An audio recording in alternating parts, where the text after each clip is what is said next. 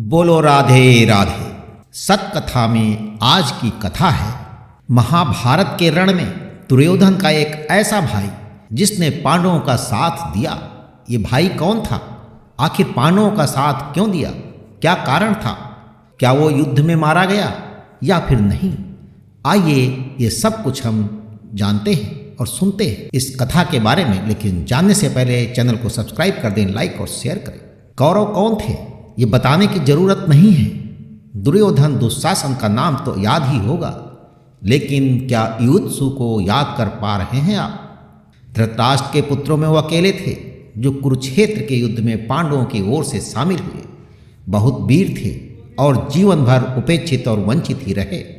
महाभारत के रथियों महारथियों की भीड़ में मानो कहीं गुम हो गए हों, लेकिन इसका ये मतलब कतई नहीं कि उनका वजूद किसी से कमतर था। अगर वो ना होते तो शायद महाभारत की कहानी कुछ और ही होती।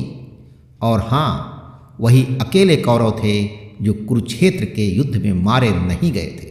विवाह के कई वर्षों बाद भी गांधारी और धृतराष्ट्र संतान सुख से वंचित थे। दोनों इसे लेकर बहुत परेशान रहते थे। एक बार कृष्ण द्वैपायन व्यास हस्तिनापुर पधारे।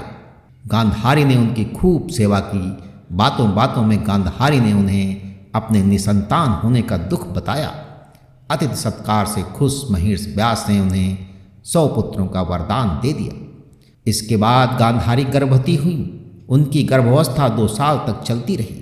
इस बीच संतान न होने से बेचैन धृतराष्ट्र ने गांधारी की एक दासी सुगंधा से संबंध बना लिया और इसके बाद सुगंधा के गर्भ में भी धृतराष्ट्र की संतान पलने लगी। इधर लंबी गर्भावस्था के बाद भी प्रसव न होने से परेशान गांधारी ने अपने पेट पर मुट्ठी से प्रहार किया।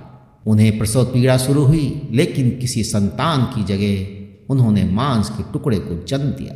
व्यास ने इस मांस पिंड को 101 टुकड़ों में बांटकर घड़ों में रख दिया। बाद में इन्हीं घड़ों से दुर्योधन समेत 100 पुत्रों और एक पुत्री का जन्म हुआ। उधर सुगधा ने भी एक पुत्र को जन्म दिया जिसका नाम था युयुत्सु कहलाए। कौरवों के सौतेले भाई थे। धृतराष्ट्र के पुत्र होकर भी युयुत्सु जो है सारा जीवन उपेक्षित रहेंगे क्यों नहीं? आखिर दासी पुत्र थे।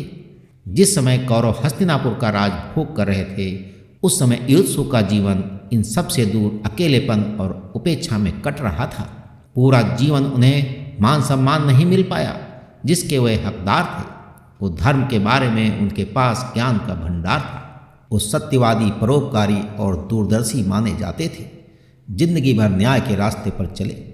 कौरवों से मिली दुत्कार के कारण वो बचपन से ही पांडवों के साथ रहने लगे। कई बार उनकी मदद की। दुर्योधन की तमाम साजिशों का भेद वो पहले ही पांडवों के सामने खोल देते। बचपन में एक बार भीम के पीने के पानी में जहर मिलाकर हत्या की साजिश दुर्योधन ने रची, लेकिन युयुत्सु ने पांडवों को पहले ही सतर्क कर दिया। भीम निश्चित मौत से बच गए। युधिष्ठिर को जुआ खेलने के लिए बुलाकर पांडवों को वनवास भेजने की साजिश को रोकने की कोशिश भी उन्होंने की। कुरुक्षेत्र के युद्ध से पहले सभी लोगों को ये स्वतंत्रता दी गई कि वे कौरवों या पांडवों का पक्ष चुन सकते हैं। युयुत्सु ने अपने सौतेले भाइयों की जगह पांडवों का खेमा चुना। युयुत्सु ने कुरुक्षेत्र के युद्ध में पांडवों के लिए क्या कमाल किया, कम ही लोग जानते हैं। वो एक वीर योद्धा थे। एक साथ 60,000 की सेना से लड़ सकते थे, इसलिए उन्हें महारथी से बढ़कर अतिरथी कहा जाता है। अगर ऐसा योद्धा कौरवों के साथ होता तो शायद पांडवों की जीत में और देरी होती। इतना ही नहीं, नतीजा और भी हो सकता था। कुरुक्षेत्र के युद्ध के दौरान युयुत्सु एक एक करके अपने भाइयों को धराशायी होते देखते रहे, लेकिन वो विचलित नहीं हुए।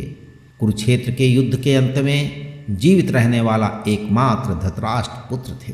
कुरुक्षेत्र में पांडवों का साथ देने के लिए युयुत्सु को जो है बहुत निंदा सहनी पड़ी।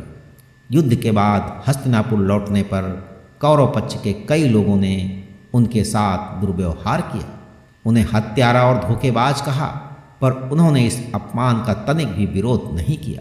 वो जानते थे कि सत्य की राह कभी आसान नहीं होती है। कई वर्षों बाद राजकाज छोड़ सशरीर स्वर्ग यात्रा पर निकलने से पहले पांडवों ने अर्जुन के पौत्र परीक्षित का राज्याभिषेक किया और हस्तिनापुर की व्यवस्था देखने की जिम्मेदारी जो है युयुत्सु को दी। कई लोग महाभारत के युद्धों की तुलना रामायण के विभीषण से भी करते हैं, जिनके बिना जो है सत्य और न्याय की जीत संभव नहीं थी। तो पौराणिक कथाओं में आज बस इतना। अगली बार हम सुनेंगे एक नई कथा। तब तक के लिए ईश्वर की सभी शुभकामनाएं आपके साथ बनी रहें।